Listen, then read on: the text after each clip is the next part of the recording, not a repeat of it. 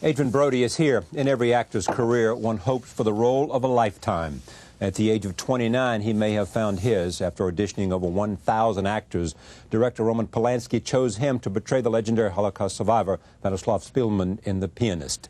Brody has already won the Best Actor award from the National Society of Film Critics and a Golden Globe nomination. Here is the trailer for The Pianist.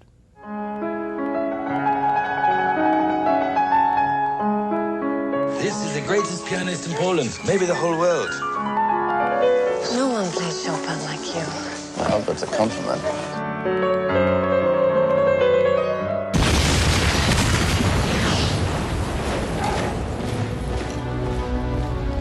By order of the governor of the Warsaw district, there will be created a Jewish district in which all Jews will have to reside. You must get away at once. I'm not leaving. Can't I take my chances here? But I have to keep moving, you know. The Germans are hunting down indiscriminately now. Keep as quiet as possible. No one knows you're here. I want to help. I want to do something. Don't let them get you alive.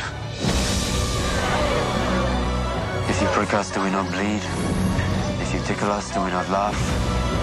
If you poison us, do we not die? And if you wrong us, shall we not revenge?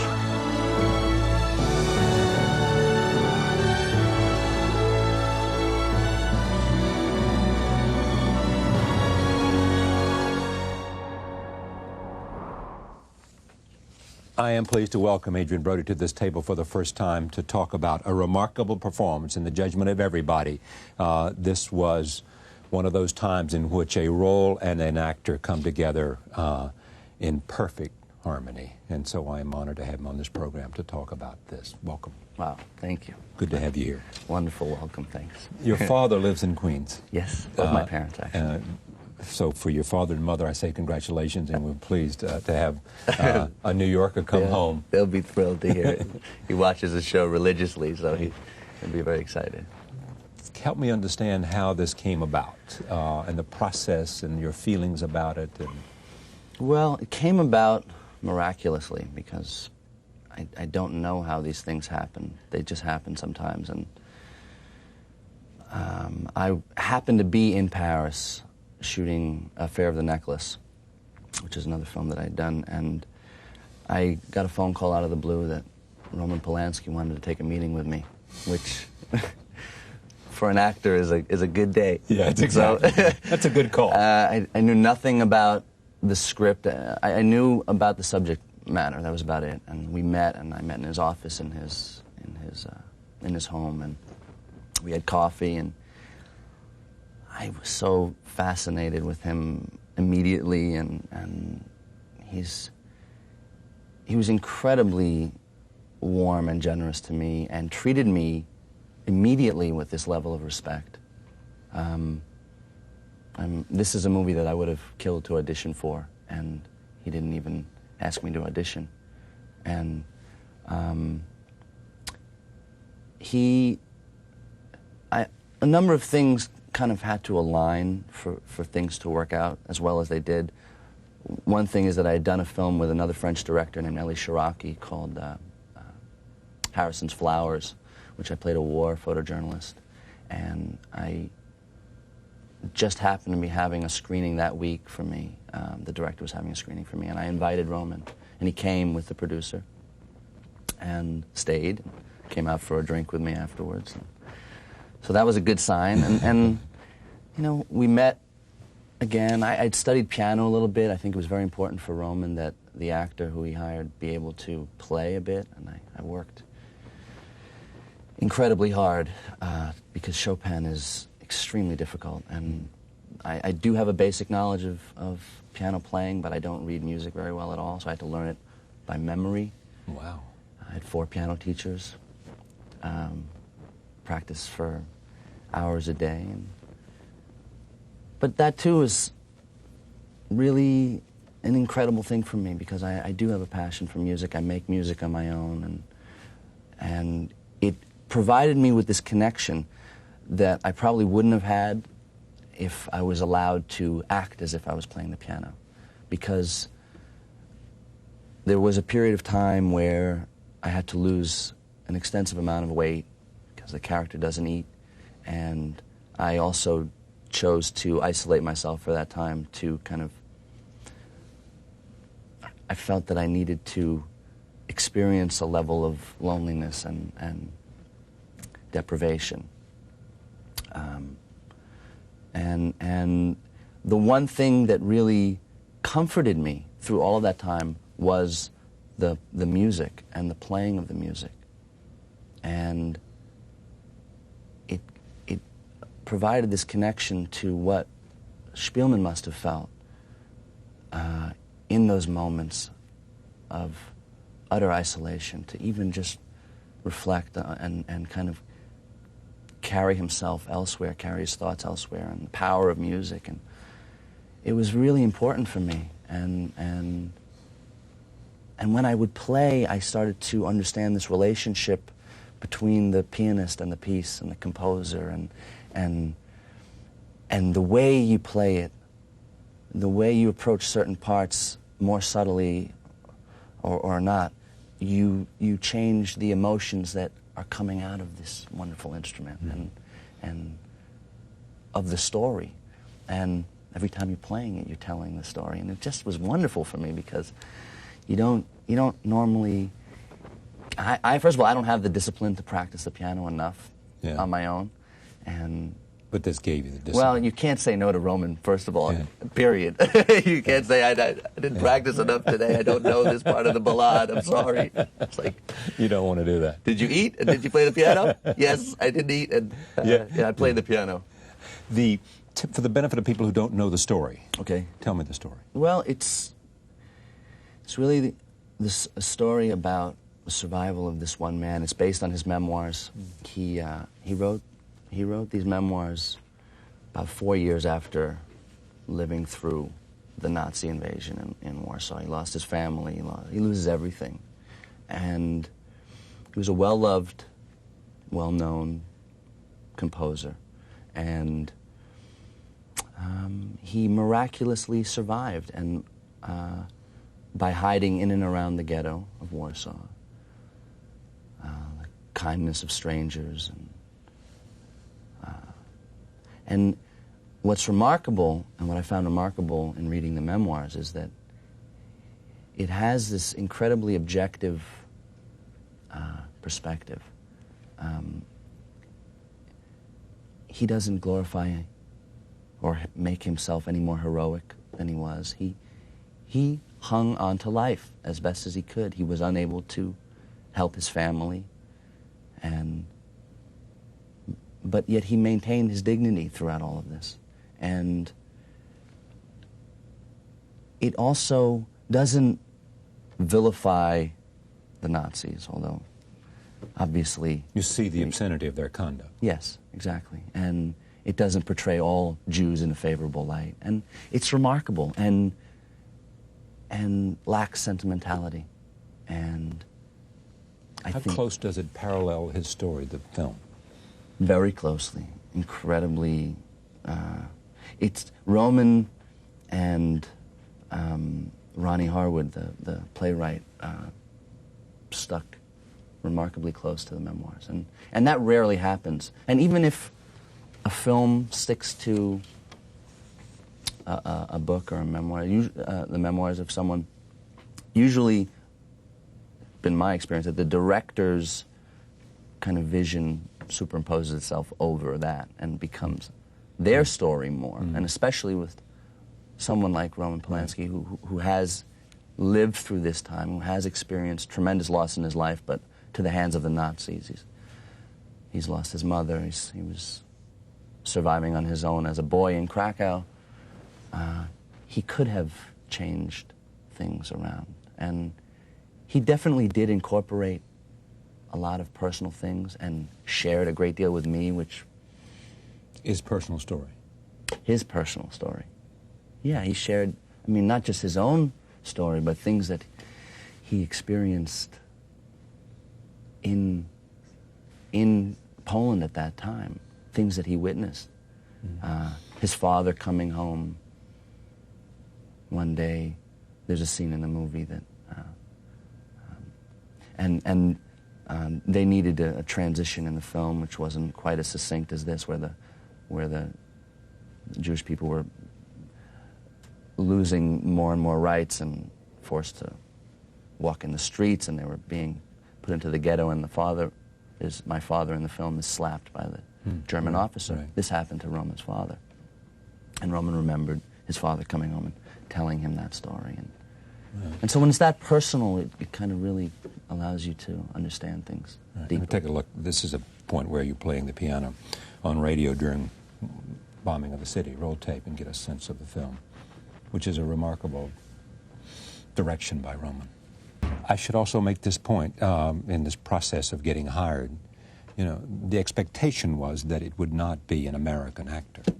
Absolutely. I think there were incentives to not hire an American actor because it's a European co-production. I think I'm the only American involved in the picture. It's another responsibility. Yeah. Well, you were loaded. There were plenty loaded of responsibilities. You were carrying around a whole lot.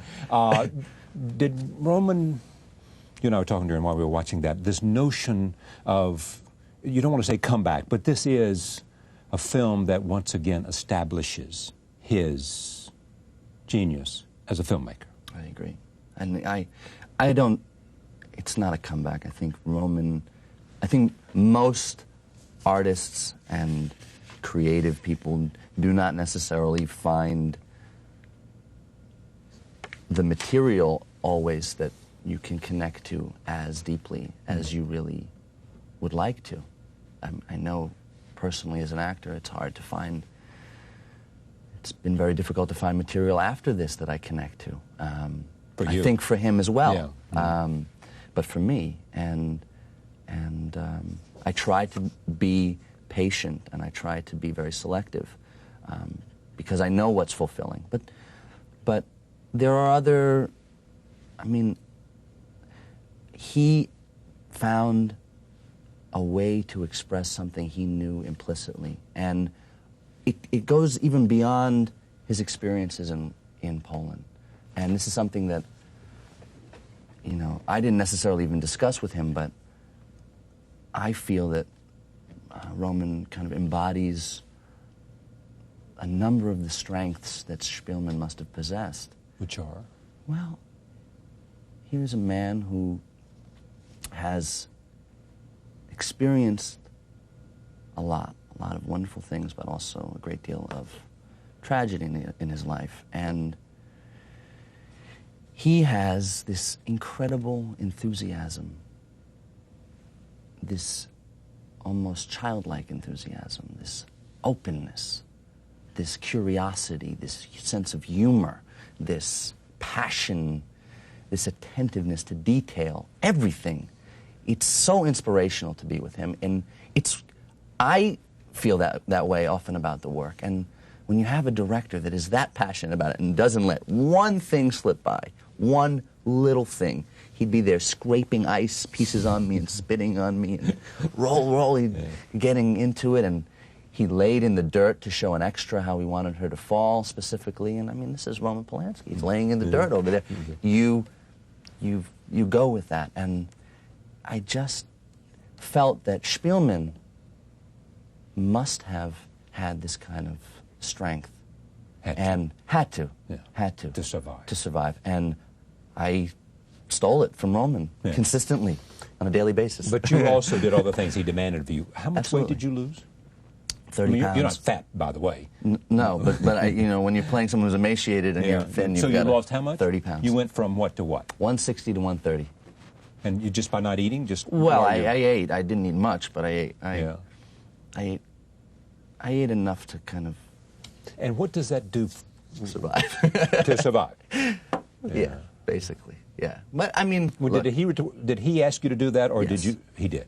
He said, "I want you to do this." We discussed it before I even there was no got question. the role. He was Oh, really? It was clear that, you know, this is what he expected. Yeah. If he chose you, I expect you to do this. I expect you to, you know, you will have to lose a substantial amount of weight. You're aware of that. Yeah, exactly. Of course. Of course. You will have to play Chopin nocturnes and ballades. Of course. Yeah, sure. I would expect no less from an actor. 6 months, 6 days a week, no rest. Of course. I would expect no 6 less. weeks, no other actor on board. Fortunately, Roman, you've come to the one person who sees this exactly the way you see it. You can't say no. You can't. First of all, it's a dream come true. This is a dream come true. Being here is a dream come true, Charlie. I've been watching your show for years. I'm telling you that it's surreal sitting here with you and discussing something that I'm so passionate about. To have had this opportunity to work with Roman so closely on a project that's so relevant and that taught me so much and reminded me so much about the pain that does exist in the world, the suffering, and yet made me really grateful for my good fortune. Let me explore that with you, because that's important, and you've said it taught you so much, and then you said, made me understand the suffering. It also makes you understand the triumph, in some cases, of the human spirit. A lot of people with a powerful human spirit did not survive. That's correct. It does not automatically mean you can survive something that is, that kind of awesome force against you and against the people. No. But some did, But the hunger itself that you went through to be right for this, it changed you. You learned things from that. Well, yes. I mean, I appreciate literally every meal that's in front of me. Today? Every meal. And it's been almost 2 years since I've done that diet. And what else? Give me a sense of how this role affected you, if it didn't change you. Other than it's affected lately it's affected everything. It's kind of, it's been a whirlwind. But let me tell you what they're saying. I mean, it is, David Denby, Adrien Brody, the lean young American actor who has been on the verge of stardom for some years, gives Filsman elements of vanity and weakness as well as a preserving obstinacy. Rustin Howe from the Washington Post, a pitch-perfect Adrien Brody. A.O. Scott, the New York Times. Spilsman, brilliantly played by Brody, comes to resemble one of Samuel Beckett's gaunt existential clowns, shambling through a barren, bombed-out landscape, clutching a jar of pickles. He is like the walking punchline to a cosmic jest of unfathomable cruelty. On and on and on. All of that. What has happened beyond that? Well, what has happened beyond that? Yeah, what I was going to say, what has happened beyond that is that there is this sense, there's a growing feeling within the community of people who watch movies, that you can almost sense it rising in the consciousness of people. And I mean by that in terms of awards, which has already happened in one case and nomination in another, that this was something special. I didn't feel that when I first knew about the film, but you can sense it day by day. People come to you and say, have you seen this performance? You've got to see this movie. It's that thing. You sense that? Are you aware of that? You are. Absolutely. I mean, it's beyond anything that I have experienced in the past, but it's coming with something that I feel like I've benefited from as a person, and it's something that I really connected to, and the experience enriched my life, and now there are all the accolades, but I mean, the doctor who delivered me wrote a letter to my mom saying how happy he was for me, but perhaps it had something to do with his hands first touching me. And people are asking my mother how they should, if they should send their kid to a drama school, and it's like, so it's very exciting, and I also know how competitive this industry is. Yeah. And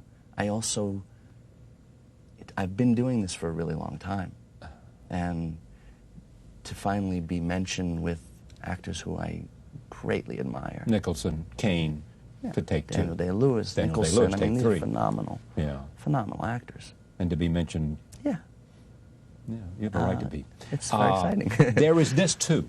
And you wonder, in this profession, people have wrote and talked about you as a man on the verge of stardom. Well, you have arrived at stardom.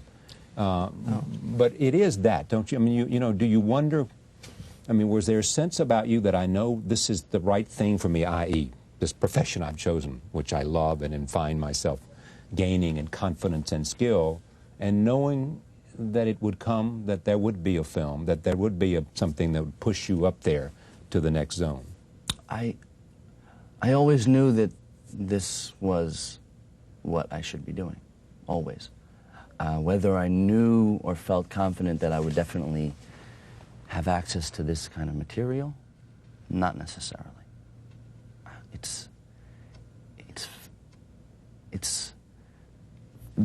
This kind of role doesn't really exist very often. I can't think of many roles that are on this level. Yeah. And go ahead.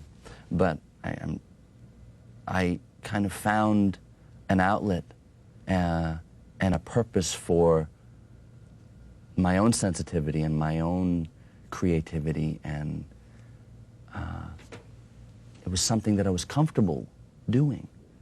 And my own curiosity about human beings and you know, the way people are and what makes them that way, and just growing up in New York, I remember just being fascinated, taking the trains to school every day, and using all of that, and not even being, it wasn't even a conscious thing that I was doing. It was just something that I kind of was fascinated with the homeless person there, the businessman over there, the guy selling the trinket over here, the man sitting across from you, the sick woman, right. Yeah, me too. Me too. And that's what's wonderful about the city, and growing up here. Plus, my mother influenced me tremendously. She has an incredible visual sense. She's a wonderful photographer, Sylvia Plahi, so the New Yorkers would probably know her. And she also, you know, I grew up witnessing her vision and her very visual sense and all the images and her perspective of the world, which is wonderful. And so it kind of happened. It wasn't a real decision. I never really decided. I was an actor, and fortunately found a path early, and that's what's so wonderful. And now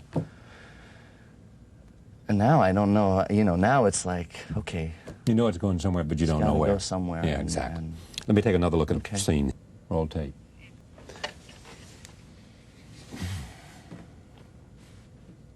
Hard to see it and not feel it. Yeah, well, it brings back a lot from that time when I see those moments, especially that whole, the latter part of the film. Just, it's hard to even see myself in that state sometimes because your mind remembers. Emotionally and psychologically, it was probably one of the darkest times I've been in. Help me understand, because you. Well, when you're an actor. Yeah, I know, but I think I felt a huge responsibility in this film, and to Roman, to Spielman in his memory, and to all the people that have been affected by this time in history. And you know, any of the suffering that I experienced is discomfort in comparison to what people endured, but was painful. And the thing that it's amazing about hunger and stuff is that I understand how people do things out of desperation that they wouldn't normally do. And I understand, you see, when we reach for anything, most things, caffeine, a drink, a piece of bread, sugar, all those things kind of help us in our moments of sadness, boredom, uncomfortable feelings. anxiety. They kind of soothe us. I didn't have anything to soothe me. And there comes a point where you change. You just change. I felt like a different person. I just existed and dealt with and was immersing myself in the sadness. I gave up my apartment. I gave up my car. I gave up my phones. I left. You gave up your girlfriend. Well, I wouldn't have liked to have. I didn't mean to give up my girlfriend. There was no time to deal with No, I understand. relationships at the time. But that time was like the heaviest, and it was freezing. That scene, Roman loved that. You could see the condensation coming out of my breath, and there was a PA that came in with a space heater, and Roman lost it and freaked out on him and said, "No one brings in a heater unless I say it."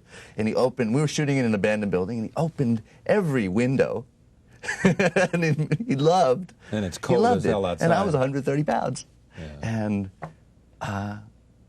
It was wonderful. It's wonderful. It's just emotional. It brings back a lot. And I've seen the film 4 times, and I cry every time I see the movie. I don't normally cry. At moments like this. At moments like that, and other moments, you know, where I'm not involved. It's not just me crying at myself. It's me moved by the film and the discipline that he had in telling the story. Did everybody know that that this? You can set out with the best of intentions in a film. Mm-hmm. You can have a script that you think is good. You can have actors you know are good. And somehow, along the way, you lose your place. Absolutely. And in other cases, you can just feel like this is an adventure that is blessed with something. Which was it? The latter, obviously. Yeah, but obviously. You knew. You don't know. But there was. First of all, everyone involved with this film was in it for the right reasons. Right. Sometimes they want to tell the story. They want to tell the story. They were all the most creative people that Roman could find. Most creative. Anna Shepard, our costume designer, is award-winning costume designer. Alan Starsky, our production designer. Pavel Edelman, the DP.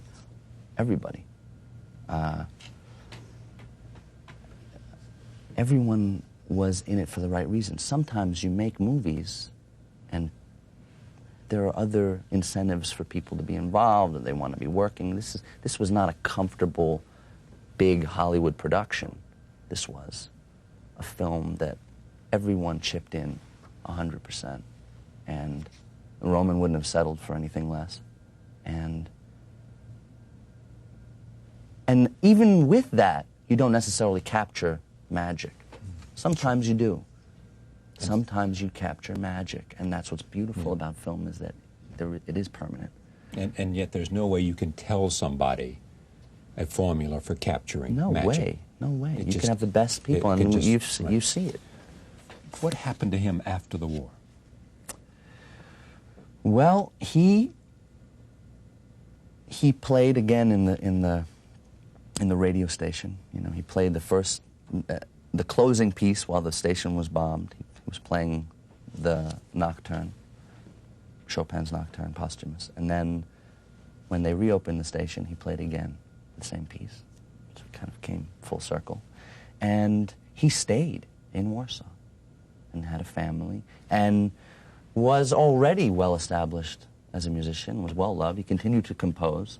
He traveled a lot. He had a very kind of, he moved on and had a full life, which is remarkable. It didn't hold him. It didn't destroy him. What's amazing is to juxtaposition his story of survival against the facts, these awesome, awful numbers of how many Jews there were in Poland before the war. Oh, yeah. And how many after the war. Oh, it's horrendous. It is the most horrendous wiping out of a culture and a people. Yeah. And, I mean, one of the strengths of the film is that it does focus on an individual's play. Yeah. And for that one-man story, you know, there are